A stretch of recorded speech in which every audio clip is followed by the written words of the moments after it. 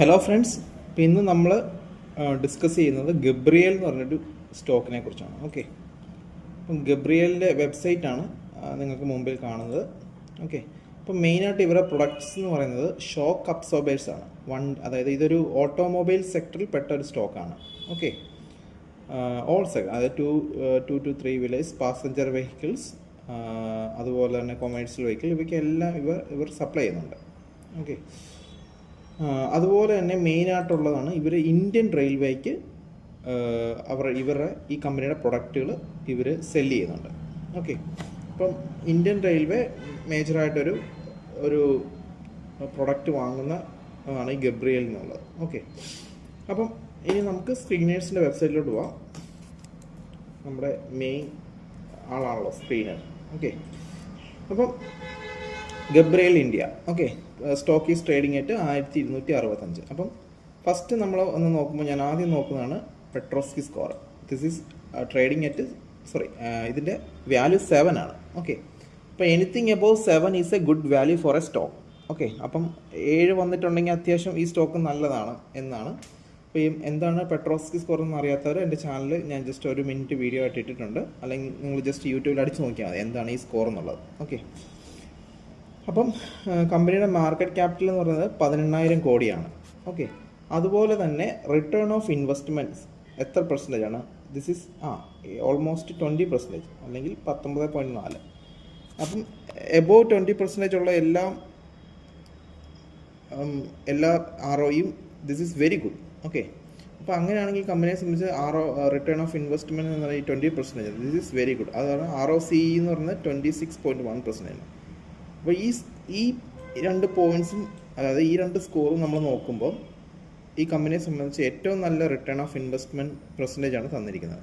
Okay, ഇനി അടുത്ത് നമുക്ക് പോകേണ്ടത് പ്രോഫിറ്റ് ആൻഡ് ലോസ് സ്റ്റേറ്റ്മെൻറ്റിലോട്ടാണ്. ഓക്കെ, കമ്പനിയെ സംബന്ധിച്ച് സെയിൽസ് ഇൻക്രീസ് ഉണ്ട്, എന്നുവെച്ചാൽ വലിയൊരു ഇൻക്രീസ് കാണിക്കുന്നില്ല.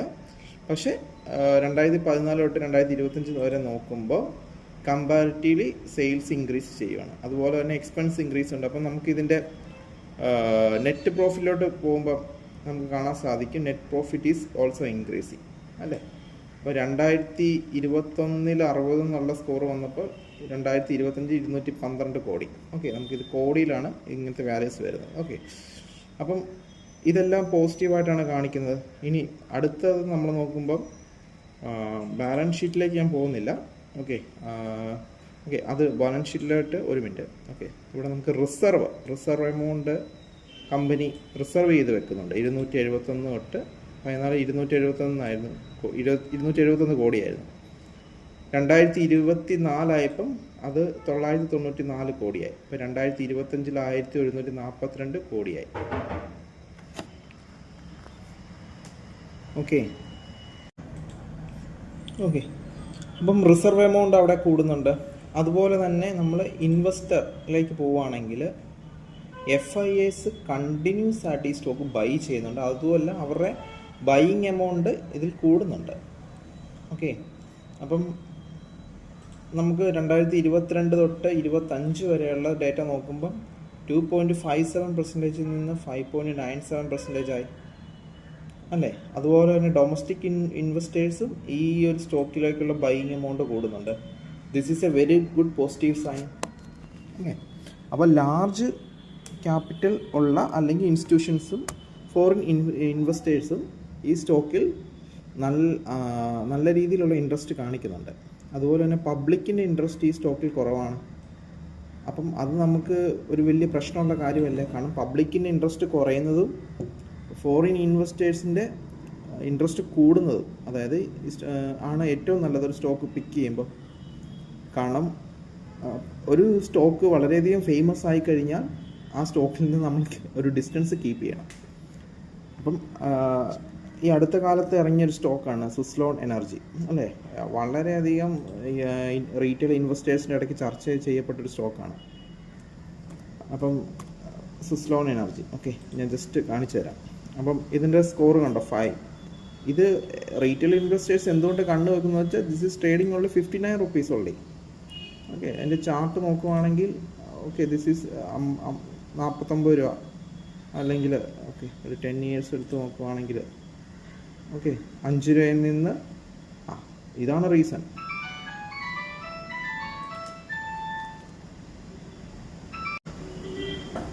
അപ്പം റീറ്റെയിൽ മൈൻഡ് സെറ്റിൽ എന്താണ്, ചെറിയ പെന്നി സ്റ്റോക്കിൽ വിലയിൽ കിടന്ന സ്റ്റോക്കുകൾ വളരെ ഹൈയിലോട്ട് പോകുമ്പം കൂടുതൽ റീറ്റെയിൽ ഇൻവെസ്റ്റേഴ്സ് അതിലേക്ക് താല്പര്യപ്പെടും. ഓക്കെ, അപ്പം നമ്മുടെ ഗബ്രിയലിൻ്റെ കാര്യത്തിൽ ഇൻവെസ്റ്റേഴ്സ് നോക്കുമ്പം നമ്മുടെ പബ്ലിക് ഇൻട്രസ്റ്റ് കുറവാണ്.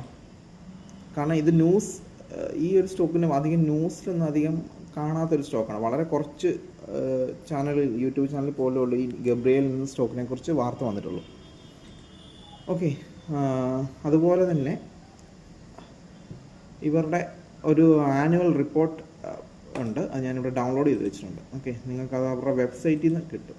Okay, this is annual report. Okay, അപ്പോൾ ആനുവൽ റിപ്പോർട്ടിൽ ഓക്കെ ഇവർ ഇതിനകത്ത് തന്നെ ഇൻവെസ്റ്റേഴ്സ് വേണ്ടി നമ്മുടെ സ്പീനേഴ്സ് പോലെ തന്നെ ഇവർ ഒരു ചെറിയൊരു ഇവരുടെ പ്രോഫിറ്റ് ആൻഡ് ലോസ് സ്റ്റേറ്റ്മെൻറ്റും സെയിൽസും മറ്റ് കാര്യങ്ങളും ഒക്കെ ഒന്ന് കാണിച്ചിരിക്കുന്നതാണ്. ഓക്കെ, അപ്പോൾ ഇതിനകത്ത് ക്വാർട്ടർലി റിസൾട്ടാണ്. ഓക്കെ, 3 മാസം കൂടുമ്പോഴുള്ള 25 തൊട്ട് 26 വരെ.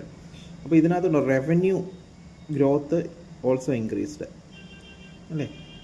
അതുപോലെ തന്നെ മറ്റൊരിതാണ് year on year growth, that is also slowly ആണെങ്കിലും കമ്പനിയിൽ ഇൻക്രീസ് ആണ് കാണിക്കുന്നത് അതിൻ്റെ ഗ്രോത്ത്. അതായത് ഈ ഒരു ചില കമ്പനികൾ സഡൻ ആയിട്ടൊരു ഹൈക്ക് കാണാം. അപ്പം അങ്ങനെയുള്ള കമ്പനികൾ ചിലപ്പം ആ ഒരു പർട്ടിക്കുലർ ടൈമിൽ മാത്രമേ കാണത്തുള്ളൂ, പിന്നീട് അത് ചിലപ്പം താഴോട്ട് വരാൻ ചാൻസ് ഉണ്ട്. പക്ഷേ ഈ ഒരു കമ്പനി എന്ന് പറയുമ്പോൾ വളരെ പതുക്കെ മുമ്പോട്ട് കയറിക്കൊണ്ടിരിക്കുന്ന ഒരു കമ്പനിയാണ്.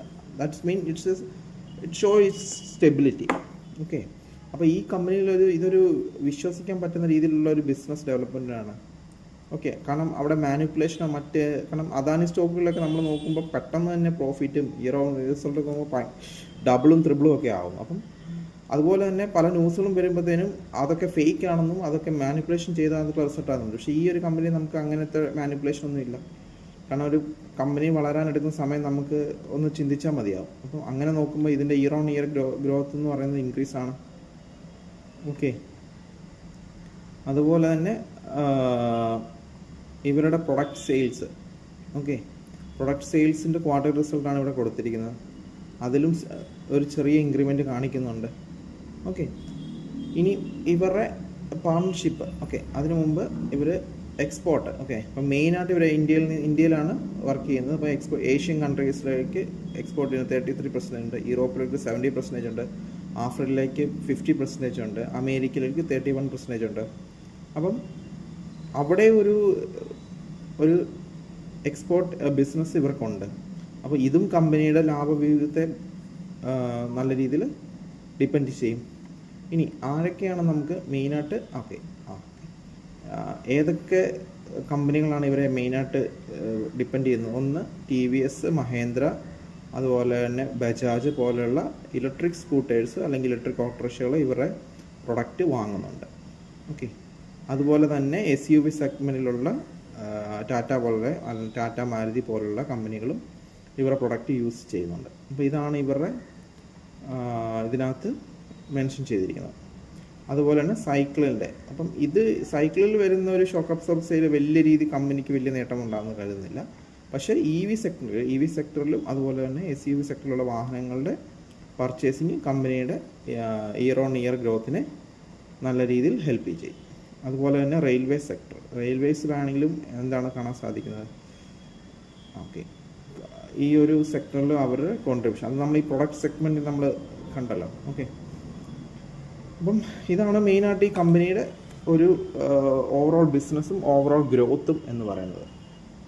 ഓക്കെ, അപ്പം അങ്ങനെ നോക്കുമ്പം ഈ ഒരു company is A very good company. Okay,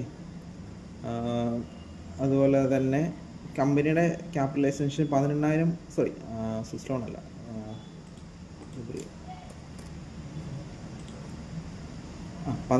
കോടിയാണ് കമ്പനിയുടെ ക്യാപിറ്റൽ. അപ്പം ഇതൊരു ചെറിയ കമ്പനിയല്ല. ഓക്കെ, അതുപോലെ ഇനി നമുക്കിതിൻ്റെ ചാർട്ടിലേക്ക് പോയി കാണാം. ചാർട്ടിലോട്ട് പോകുമ്പം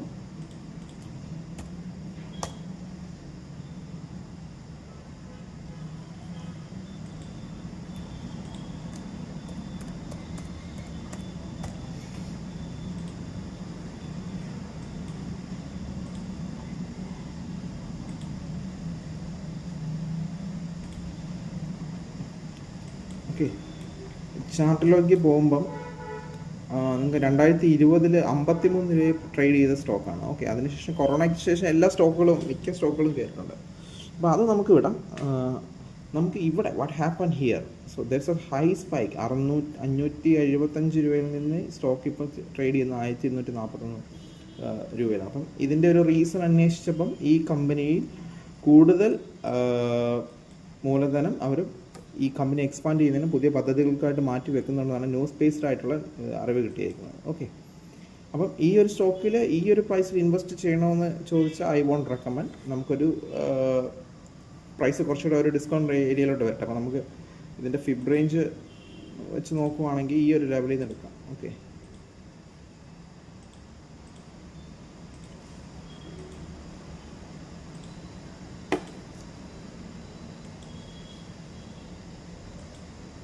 ഓക്കെ, ഇത് ഏകദേശം ഒരു 970 രൂപ ആ റേഞ്ചിലൊക്കെ വരുവാണെങ്കിൽ ഒരു 50% പ്രൈസ് താഴുന്നുണ്ട്. ഓക്കെ, അപ്പം ഓവറോള് ഇതൊരു അപ് ട്രെൻഡിങ് സ്റ്റോക്കാണ്.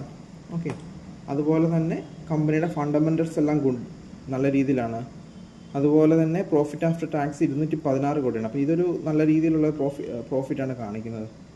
അപ്പം പിന്നെ ഈ കമ്പനിയുടെ ഒരു ചെറിയ പോരായ്മ എന്ന് പറഞ്ഞാൽ ഇതിൻ്റെ dividend is very very very low. It's 0.37%. അതൊരു നല്ല ഒരു ഇൻവെസ്റ്ററെ സംബന്ധിച്ച് അത് നല്ലൊരു ഗ്രോത്ത് അല്ല. ബട്ട് ബാക്കി കാര്യങ്ങൾ കമ്പയർ ചെയ്യുമ്പോൾ this company is very good. Okay, അപ്പം ഈ കമ്പനി ഇൻവെസ്റ്റ് ചെയ്യാൻ വേണമെന്ന് പറയാൻ ഞാൻ ആളല്ല, because I am not a SEBI registered analyst. അത് നിങ്ങളുടെ